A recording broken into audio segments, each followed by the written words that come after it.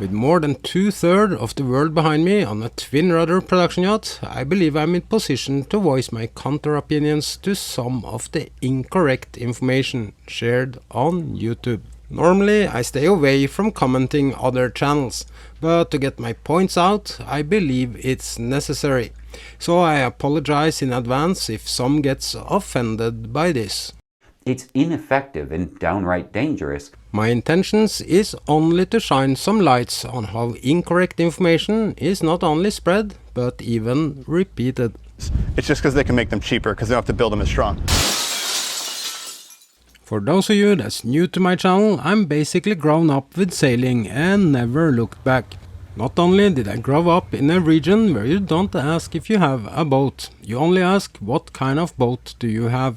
My parents' side hustle was a yacht production company producing motor and sailboats. I have been racing a lot of different yachts, and the rich variation in yachts and locations are barely exposed on this channel. Let's face it, Scandinavians don't like to brag, but for this episode I'm gonna do an exception. More important in this context, I have a significant amount of first-hand observations and experience when it comes to rudders and keels after incidents. From one of the busiest stations in Norway, often 10 to 12 callouts a day during high season. Thousands of hours of real-life experience, extended maritime training and education over several years, both as volunteer and full-time employed in maritime operations. Certified for high-speed navigation, all weather, day and night, and this in one of the world's most challenging coastlines.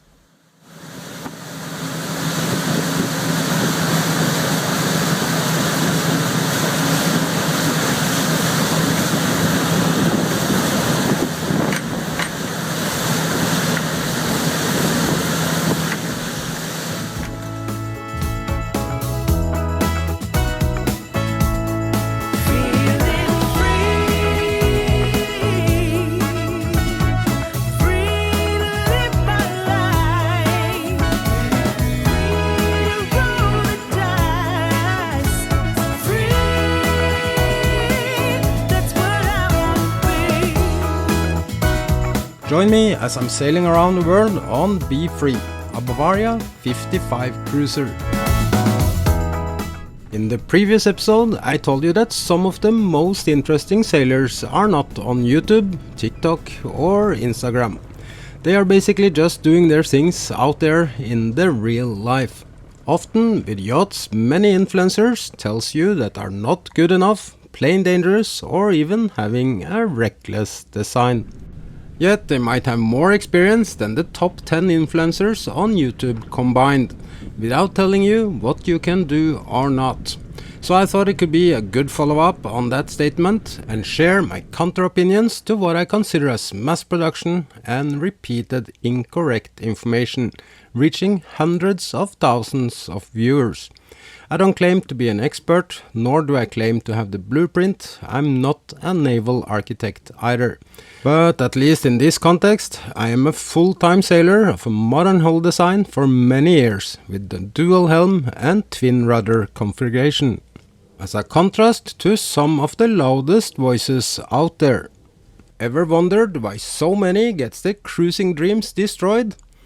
Many sad stories never reached YouTube, but what they have in common is poor advices and believed in opinions as facts. Buying a blue water yacht. It's the best sales argument in the world if you want to get top dollars for a trash can. Before I take you with me deeper into details, my gentle advice is to be very careful from where you get your advices from. Remember, the vast majority of sailboat owners never do more than coastal cruising, and many old school yachts are definitely not the best choices for this. Even long-distance sailors enjoys long periods of time at anchor. To say easy access to the water or a big swimming platform is only for dock queens is at its best only a false statement. A jealous person that most likely would be more happy with a modern production yacht, even for long-distance sailing. I'm not gonna teach YouTubers how to make sailing videos, nor am I gonna teach you how to change oil filter on a sailboat. Instead, I'm gonna debunk some of the most frequent repeated misinformations about twin rudders, and even give you some tools for the future, identifying some red flags when it comes to strong opinions about your yacht, especially when it comes from someone sailing something designed 50 years ago, telling you everything that's wrong with a modern yacht. Remember, this is how a phone looked like in 1970, and this is how it looks like today.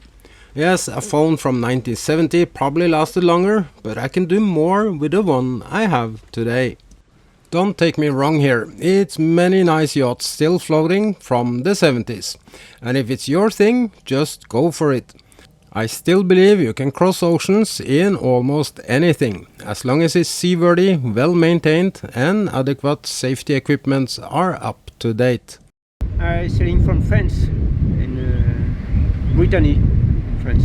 Oh, that's a rough coast. And you actually crossed the Atlantic with this? I crossed the Atlantic and I tried to cross the canal to Panama. Okay. And be in Pacific. It's even possible without an engine, but how smart this is for a long distance sailor is maybe a topic for another episode. How your opinion on sailing around the world without an engine?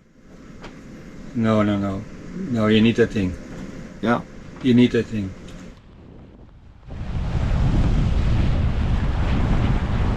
YouTube is a great source for information, but remember, it's not always very precise, and sometimes you can wonder where they have this kind of information from. Most modern production boats that have twin rudders, it's just because they can make them cheaper because they don't have to build them as strong. I'm sorry, but here I believe it's a misunderstanding. Or maybe just great example of how opinions are repeated and leaving you an impression that it's a fact. Notwithstanding the twin rudders, why is that? Like, I know that they're a little bit easier on the helm. Yeah. Is that it? No, Like, it's cheaper. Is it it's cheaper? Okay, so it's a production sort of... But let's break down the false statements about twin helm and twin rudder installations. A twin rudder installation is not cheaper. In fact, even though the rudders are slightly smaller than if you have only one, the total cost is more than 50% higher, and in some cases even double the cost. Producing something smarter and with larger volumes can cut some costs for sure. But don't forget all the additional costs with a twin rudder. One of the biggest suppliers of rudders today deliver high quality rudders to many of the biggest brands. The benefit is shared knowledge, expertise and experience, like from Jeffa that has experience from more than 20,000 rudders. The main reason is wider hulls as part of the evolution, and for those of us having sailed for some years have experienced how the steering wheels became bigger before it was split into dual helm stations. The main reason for this was because it's reached its limit for how practical a big wheel was in order to still be able sitting on the side to see the sails. The bonus effect was easier access to the transom. In fact, 2 is always better than 1. And today, dual helm station and twin rudder is normal. Not because it's cheaper, but as a result of evolution. Or do you want sort of a dock queen, these ultra-wide boats? I'm pretty sure jealous people back in the days also would call the smallest yacht here a dock queen. Because this expression is so old, I believe even the Vikings have heard it before.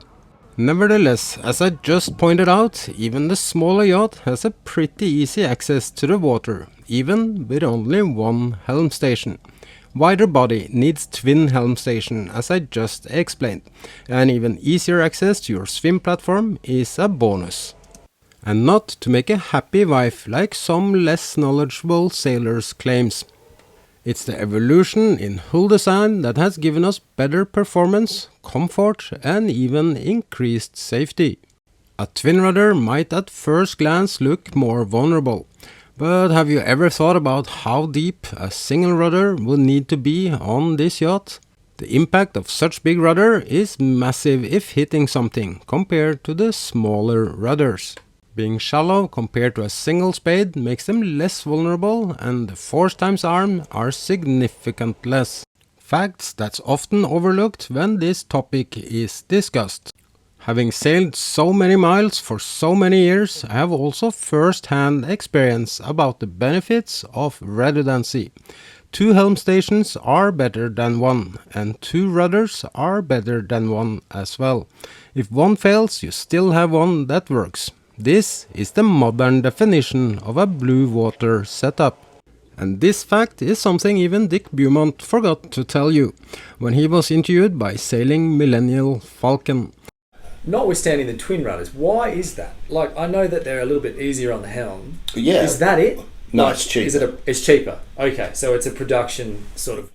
Maybe because, let's be honest, he tries to sell his yacht.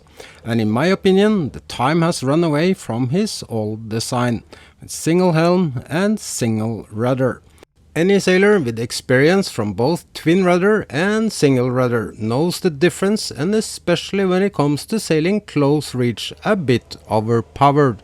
The increased stability due to a wider hull and better rudder angle, twin rudders makes a huge difference. It's a result of innovation and evolution that has given us better performance, comfort and higher threshold for a broach. But hey, I'm not an expert, and still when Mr. Beaumont are trashing his biggest competitor, Halbarassi, it makes absolutely no sense to me. He's like a car salesman trying to tell you a 4-wheel drive is made because it's cheaper. From sales perspective, it's obviously tempting to bash everything that's newer, better and faster, trying to convince people that a retro design is what you should buy, just as he did talking negative about the brand new Halbarassi. When a pretty conservative shipyard like Halbarassi has taken the step into the next generation of full design, I can assure you this high-end brand have not done it to make it any cheaper. Sadly, if misleading information is repeated enough times, some might believe it in the end. And some might even join the bandwagon and repeat the misleading information. Just like Sailing Uma telling all modern production yachts has a cheaper and even a reckless design. Maybe he watched the 3 years older Millennial Falcon video. Twin rudders, it's just because they can make them cheaper because they don't have to build them as strong. But I'm pretty sure that that's going to have an aluminum rudder post in it as well. The question is how we can be pretty sure all the production yachts has aluminium rudder posts, because I'm not so sure this is the fact. I'm sure he means well and have good intention with this. It's only hard to watch all this incorrect and even repeated misinformation. But I'm pretty sure that that's going to have an aluminum rudder post in it as well. But the other advantage to some catamarans? I'm almost surprised no one has told us yet that the main reason people buy a catamaran is because it's cheaper to build 2 hulls than 1. Ironically, this video from Millennial Falcon was titled The Truth About Blue Water Yachts, but in reality it's a subjective sales video promoting Kraken yachts. Lots of opinions and even misleading information. The challenge for you as a viewer on YouTube could be how to separate opinions from facts and experience from repeated misunderstandings. It's so much and so many misunderstandings and myths and also BS, to be honest. The big problem is a very big one. They hate to sail upwind. It's almost fascinating to see someone teaching the world's biggest naval architects about how things should be done or not. Just look at all the yachts only the architect behind my yacht are responsible for. I have even had the privilege of sailing several of the yachts having the FAR Design logo, and even been racing with some of them, both with single and twin rudders. Here on my channel I've earlier showed you the difference in hull designs when my friend Kylie and I sailed from Grenada to Martinique. It's only 3 years in age between our yachts, but the hull design is very different.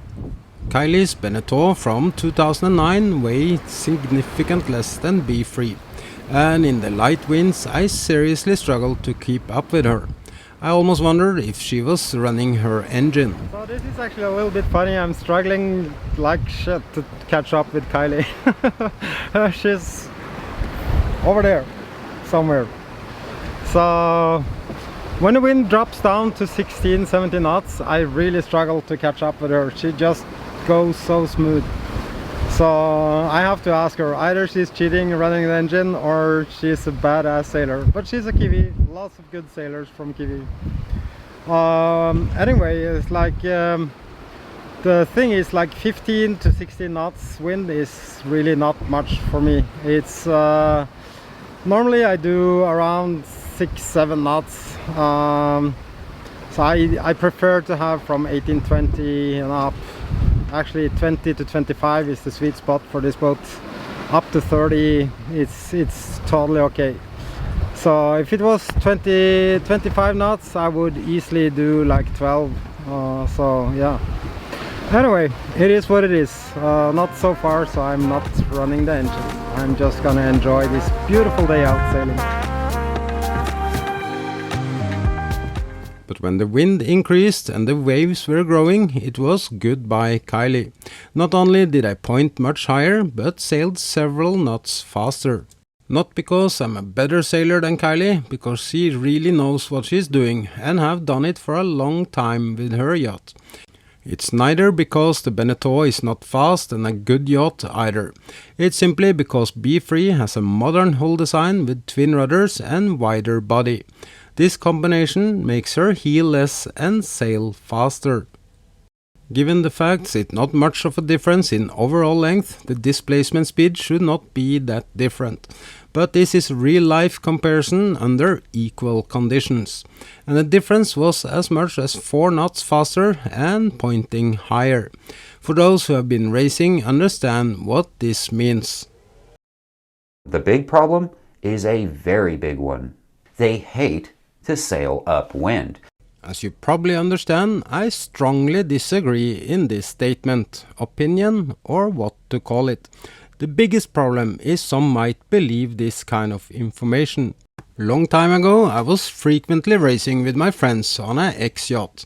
This 12-meter one design were a bit early out, and in many ways ahead of its time. If I was told to place it in my very simplified evolution map, I would say it would be a hybrid between classic design and wide-body fat-ass design. And fun enough, this is among one of my earlier experience why the rudder needed to be so extremely deep. As I point out earlier, I'm not a naval architect and have a huge respect for Jeppesen. However, how I experienced this was it's too narrow for a twin rudder and too flat and wide aft for a single rudder. So on a close reach, I experienced my 11-meter one design to handle and perform slightly better, due to less difference in buoyancy aft and forward. But this is of course only feelings and my opinions, with 2 different yachts with pretty similar hull, keel and rudder design. What I'm trying to say is when Hallberg Rassi as an example comes along on modern twin rudder design 10 to 12 years after the far designed Bavaria, it might not be a bad idea. For a high quality brand with strong history for blue water capacities, it's obvious they are a bit conservative. Maybe to avoid ending up in some between situations, like my example of the X119. Without claiming this is facts, more to draw a picture for you and my next argument. So they just wait until they know it's time to upgrade.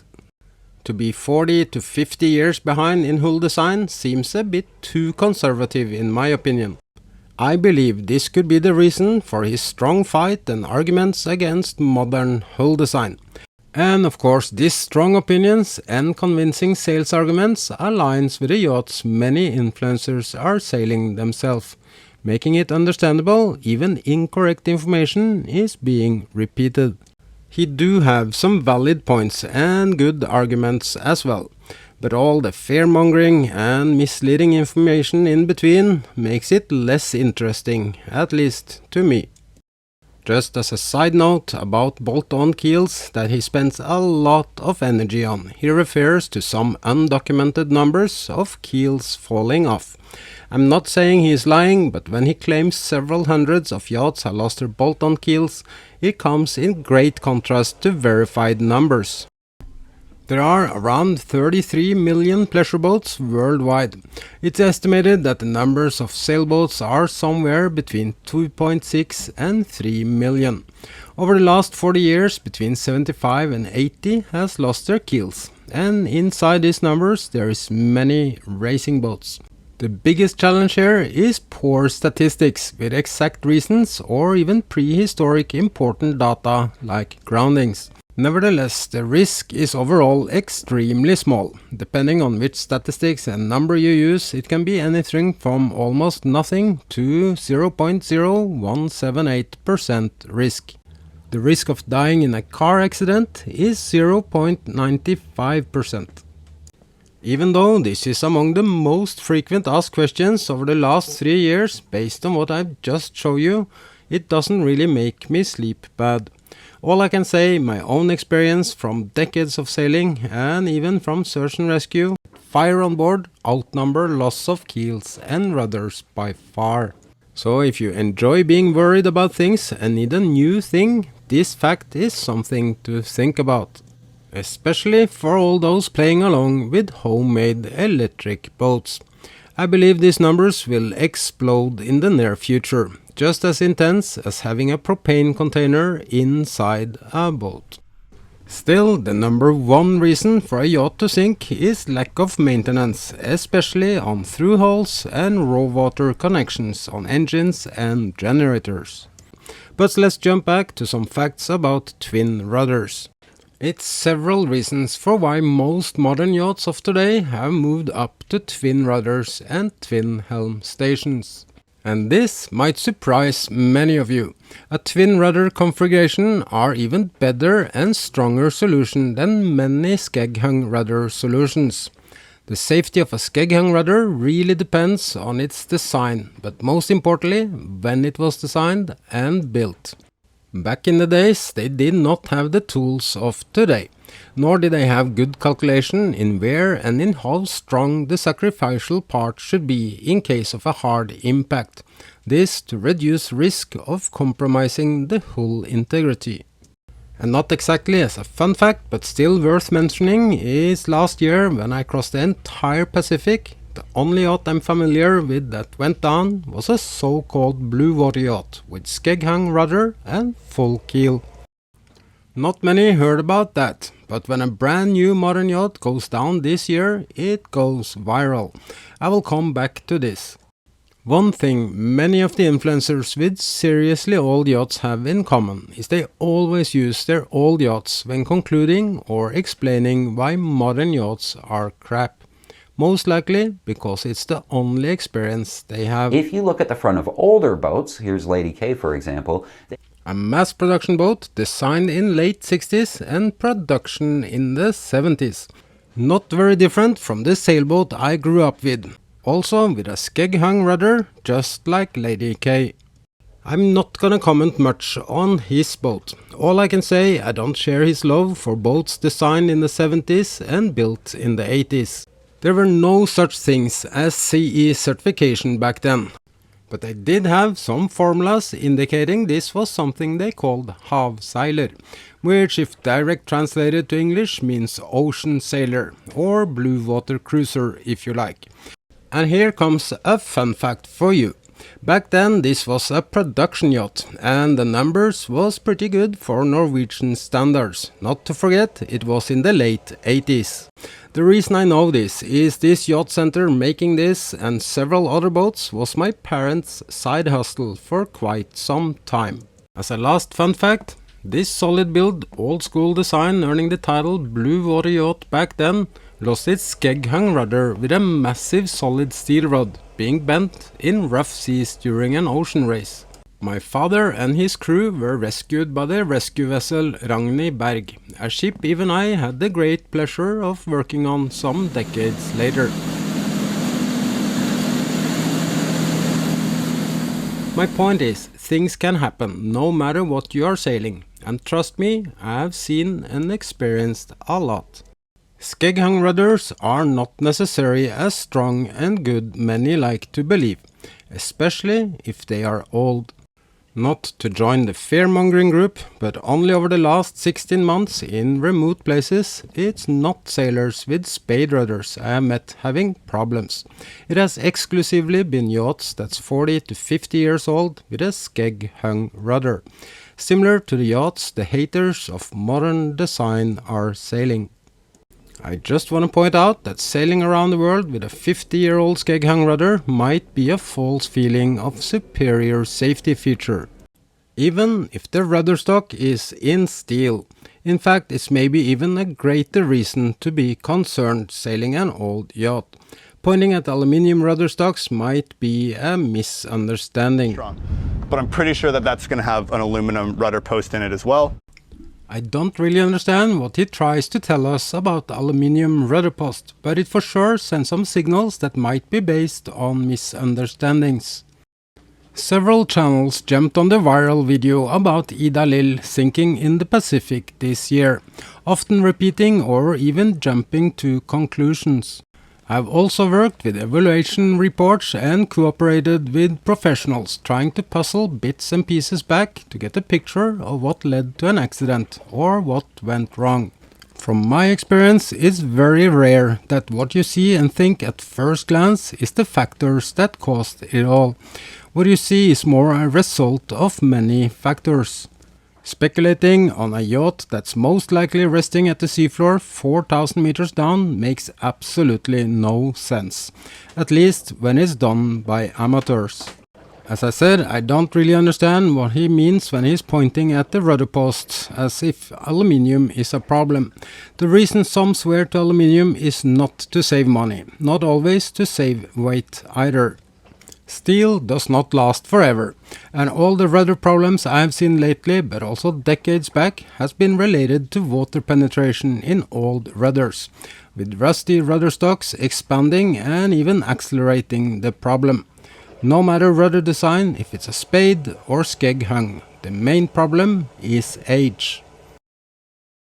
The scary part with stainless is even though it looks perfect on the outside, it can be overdue to be replaced. Looks good. When we start to remove the rig to replace it, the pin goes around.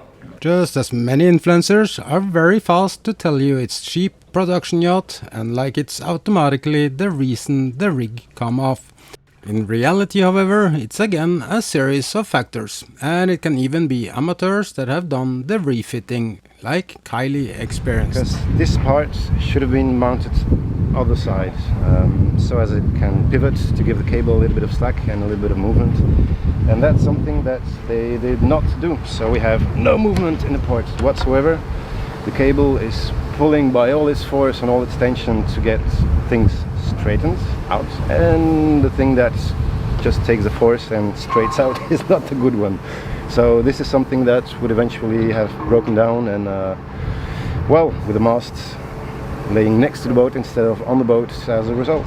So yeah, no, this is not terrible. Good. If Kylie had lost her rig, it would be only the rods left to tell a story, because the rig would be overboard and it would be difficult to expose what was the actual problem. And it could have been just disastrous. So I'm very thankful that you spotted it, Thomas. But just as in the case, jumping to conclusions, only looking at the video of Ida Lina sinking. Is it the cause or the result? The blueprint sits at 4,000 meters deep. Having a bunch of influencers pointing at rudder stocks is sadly just irrelevant. But let's jump back to one of the latest YouTube statements about twin rudders. Steering one of these at slow marina speeds is like putting a kayak paddle in the water to steer the boat. It's ineffective and downright dangerous. Ask me how I know.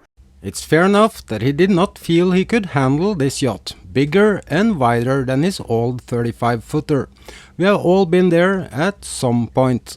And when you lack experience, knowledge and understanding, it for sure can give you a scary experience. Different yachts moves and behaves different. Some pull in direction of the propeller and some does not even steer at all when reversing. Just as an example, a classic yacht with the propeller straight in front of the rudder is more challenging to dock than a racing boat with the propeller far from its rudder. Guess you need some experience to understand this. Some old school designs with propeller coming out of the keel, like older ML yachts, are sharing some of the effects a twin rudder has with lack of propeller wash on its rudder. However, the twin rudder has more effective rudders, making it even easier than, for instance, an older ML.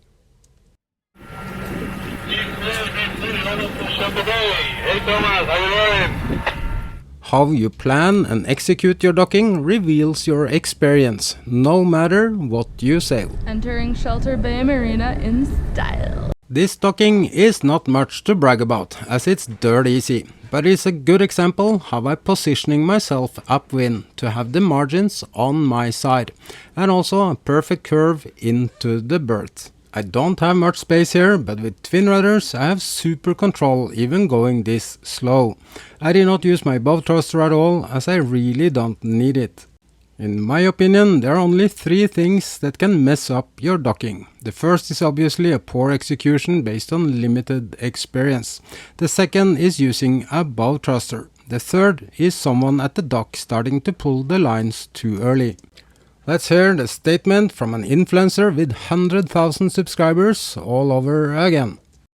Steering one of these at slow marina speeds is like putting a kayak paddle in the water to steer the boat. It's ineffective and downright dangerous. Ask me how I know. That's why all these twin blade boats have bow thrusters, because the rudders alone are inadequate for marina maneuvering. They simply need a bow thruster to make them work. I feel sorry for him, honestly I do, because what he actually do, he tried to bash a boat he has been invited out to sail. All he do to experienced sailors is to reveal that he actually lack experience, knowledge and understanding. I don't know, it's almost embarrassing to watch. Let's raise the bar a few steps then. Fine maneuvering with strong ocean currents, a bit wind, and not only taking my friend Holly on her tow, but even docking 2 boats at the same time, also without a bow thruster. So I'm getting a tow now. I'm going 7.2 knots, which I think is some of the fastest this boat has ever seen. Be free, go ahead sir. Yeah, good afternoon. I'm asking for permission to enter the breakwater. I'm towing another sailboat into Shelter Bay Marina. Over. Okay, be free. Very good afternoon. Welcome to Panama again, sir. Okay, just requesting you be safe at the free. So the twin rudder, bow thruster reliant fat bottom boat is eventually going to fail you in a tight situation when it matters the most, which sucks. I did not even notice I had Skeg on my side, docking the both of us at the same time. Absolutely no stress, 100% control without a bow thruster. That's a hilarious comparison from up here. If you don't understand the principles of safe docking, you might be focusing on wrong things like bow thrusters, instead of doing the right things. It doesn't really matter if it's a twin rudder, single rudder, short or long keel. In fact, it doesn't even matter if you are operating advanced vessels with dual jet systems either. I've also been teaching and training future captains in how to maneuver complex water jet systems, and even when it was necessary or not, to use thrusters. Some learn it fast and some never crack the code. And if someone blamed the technology for their own failures, I would back then, as an assessor, not approve their promotion to become a captain, because what they needed was more training. I'm gonna end this video here, but as a friendly advice, do not put too much trust in what you see on YouTube. It's in the real world you really learn things, and the best yacht for cruising is the one you already have. Because this is a yacht you know, its limitation and its flaws. But most important, know your own limitations. End of the day, it's not about how strong your chain is, but more about the weakest link. Sadly, many believe only because they sail old yachts, it means it's bulletproof. forgetting about old rudder stocks, incomplete pin-to-pin rig replacements, including chain plates. And to give Mr. Beaumont one bonus point, I believe he is right when he claims we will see increased amount of bolt-on keels with problems. But the main reason might just as well be the increasing numbers of 40 to 50 years old yachts going cruising, without having replaced their keel bolts. As a last and final fun fact, most likely UMA would not be qualified for a CE Class A after today's raised standards, and what they have done with it never even get a CE classification whatsoever. In fact, in Europe they will not even be allowed to sell it before after 5 years, still without a CE classification. So maybe it's not so relevant listening to strong opinions about modern yachts from influencers like this.